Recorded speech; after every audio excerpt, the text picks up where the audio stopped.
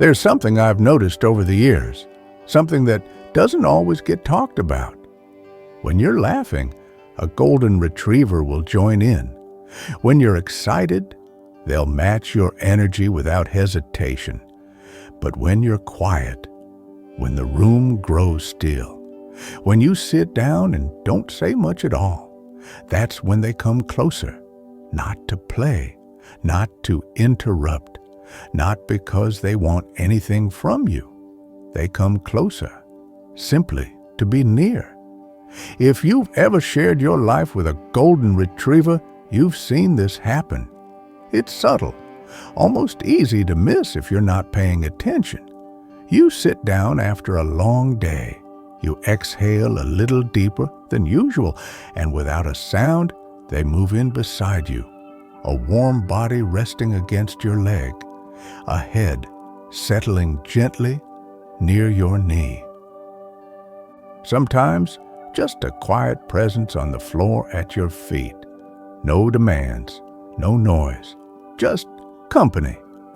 I've lived with dogs most of my life, different breeds, different temperaments. But golden retrievers have always stood out to me. They don't respond only to what you say.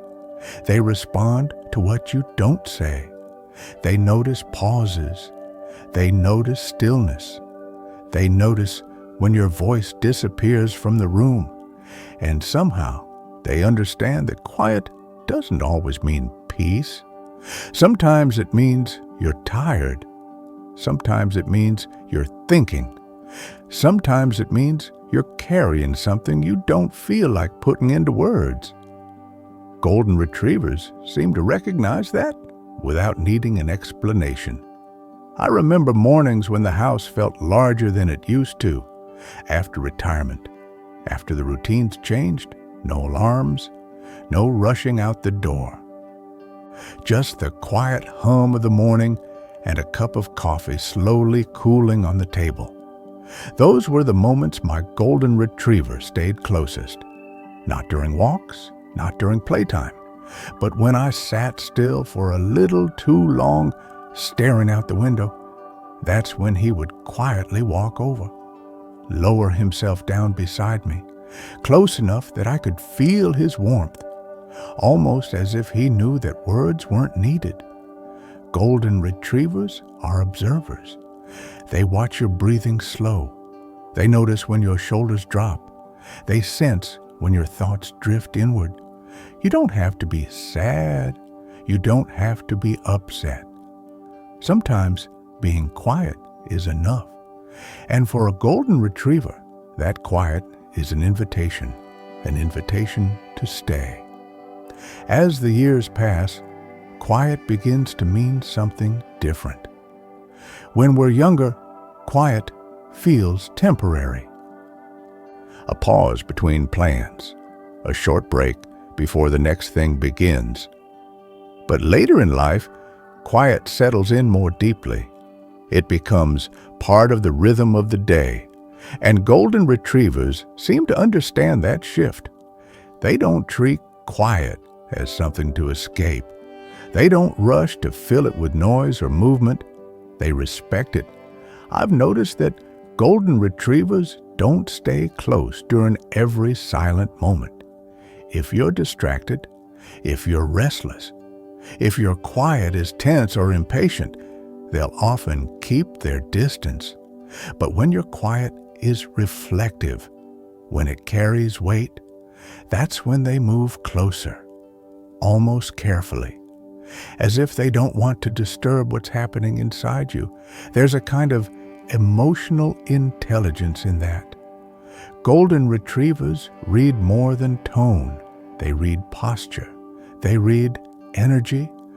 They notice when your movement's slow, when you sit longer than usual, when your gaze drifts instead of focusing.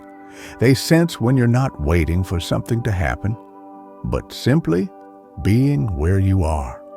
That kind of quiet often comes with experience, with memories that don't need retelling, with thoughts that have already been thought many times before. Golden retrievers seem drawn to people who carry that kind of depth, not because it's heavy, but because it's steady. I've seen it with friends, with neighbors, with older couples. The golden retriever doesn't hover when the room is lively. They don't insist on attention when laughter fills the space. But when the conversation slows, when the room grows calm, they find a place nearby. They sit, they wait, not waiting for something, just waiting with you. As people, we often feel the need to explain ourselves, why we're quiet, why we don't feel like talking, why we're just sitting. Golden retrievers don't ask for explanations. They don't interpret silence as distance. They understand that silence can be a form of closeness. There were evenings when I would sit down, tired in a way that sleep wouldn't fix, not exhausted, just full of years, full of memories. Those evenings, my golden retriever didn't bring toys, didn't paw at my hand. He simply lay down nearby, close enough to feel connected, far enough to give space, that balance, that sensitivity. It's something you don't teach. It's something that grows through shared time. Golden retrievers are patient listeners, even when nothing is being said. They don't interrupt the quiet. They hold it. They seem to understand that some moments are meant to be felt, not filled. As we grow older, we begin to value that kind of presence more.